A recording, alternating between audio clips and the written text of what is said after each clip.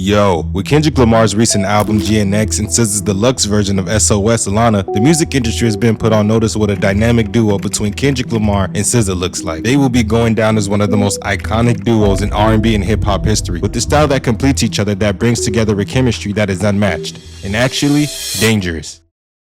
Kendrick Lamar has always been a master at delivering his message in music, something that would take other rappers years to develop. His growth over the years since his mixtape days where he was just a dope, rugged, and raw lyricist that got him signed while still in high school. Since then, he's developed as an artist with a captivating melodic sound, with a competitive edge every time he raps. So much so that the album that gave him commercial success, Good Kid, Mad City, wasn't even out for a year when that Control verse came out in August of 2013. And because nowadays rappers are softer than the Pillsbury Doughboy, Kendrick Lamar will continue to show his competitive raw nature.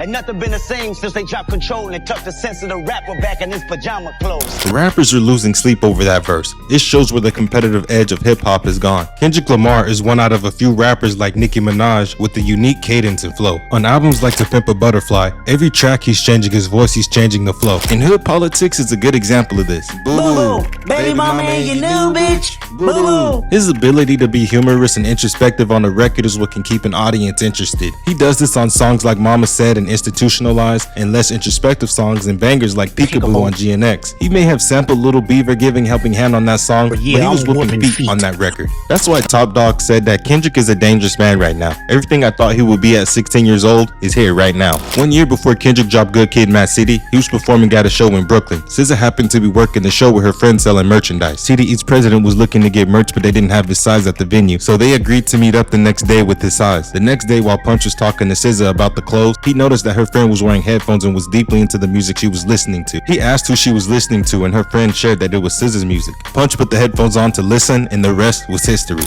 SZA's first mixtape, Ceases a Run, was self-released with no proper official studio debut. She shows her ability to take risks on records. It was a good debut that showcases her incredible talent as both a singer and songwriter, but you can see she was going to be developing as an artist, with follow-up projects like S and Z that are unique and have that creative style. To say that SZA is a beast is an understatement. Her pen game is amazing. I mean, it speaks for itself when she's writing songs for megastars like Rihanna and Beyonce, but she would dominate the industry with the release of Control in 2017. With great vocal performances and vulnerability that resonates with her listeners, the audience, she makes the music feel personal to themselves, making her one of the most dominant pop stars of our generation. This album did great, but SZA went and pulled the Kendrick Lamar on us and took 5 years. Because of SZA's range and ability to dive into multiple subgenres, it has made her one of the most versatile artists in the industry. Very few artists can use lyricism to paint a full picture of the identity and feelings like SZA can. Her Control album has so much range that it was still on the charts for 286 weeks at the time SOS dropped December 9th in 2022. SOS has some great vocal melodies that put a lot of focus on SZA's vocals. If you put SZA on features like Schoolboy Q's Never Change, she shows her range complementing the record that helps Schoolboy Q brings out its raw vibe nature of the song. And her feature with Doja Cat on Kiss Me More, that funky R&B hit, is probably one of her greatest features where I believe SZA showed her ability to switch flows, tones, rapping, switching into singing, showing that versatility that blends well with the concept of the song that makes her a force. One of Kendrick's greatest features was on Ab-Soul's Illuminate. While having a verse, he was also being placed on the hook. He gave you a chilling performance that made you feel a strong emotional response after you've heard it, that gave you goosebumps. When he says, "You can have all my shine,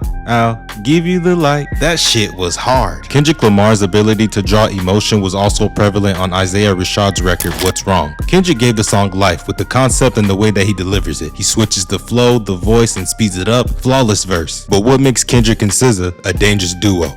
Hip-hop and R&B have given us legendary collabs that is timeless and nostalgic. With classics like Nas and Lauryn Hill, If I Ruled the World, and Nelly and Kelly Rowland, Dilemma, Kendrick Lamar and SZA will soon fit into that category. When they came together for Doves in the Wind for SZA's album Control, SZA and Kendrick's use of the word is what makes the record intriguing. SZA references Forrest Gump. Jenny's sacrifice for Forrest is highlighted as an example of genuine care over physical attraction. Kendrick said, "Niggas will lose their mind for it, wine for it, dine for it, spend time for it." His intricate wordplay illustrating how some men become consumed by the pursuit of the way they connect on a record needs to be studied, because even though All the Stars was a record for Black Panther, it was nothing short of brilliant. SZA sings about the stars, about imagining that everything is worth the struggle that she's enduring. In a world where everything often seems overwhelming, SZA sings with bravado. The artistry between the two perfectly complements Black Panther. But when that bazooka GNX dropped in November, it took the world by storm, and the collab between SZA and Kendrick started to mean something different. The reason Kendrick and SZA is a deadly combination is because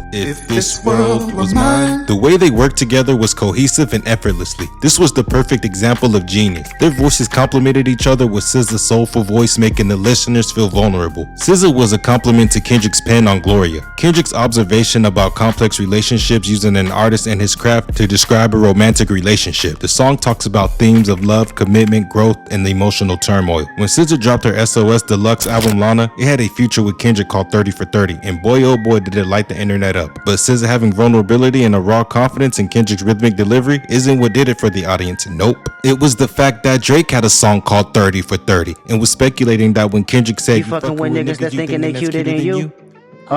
Say you on your cycle but you on this period too? That he was talking about Drake and taking another victory lap. The fact that Kendrick and SZA have the ability to write music on a high level and is able to adapt and be versatile and harmonize and make music on a high level is what makes them a dangerous combination.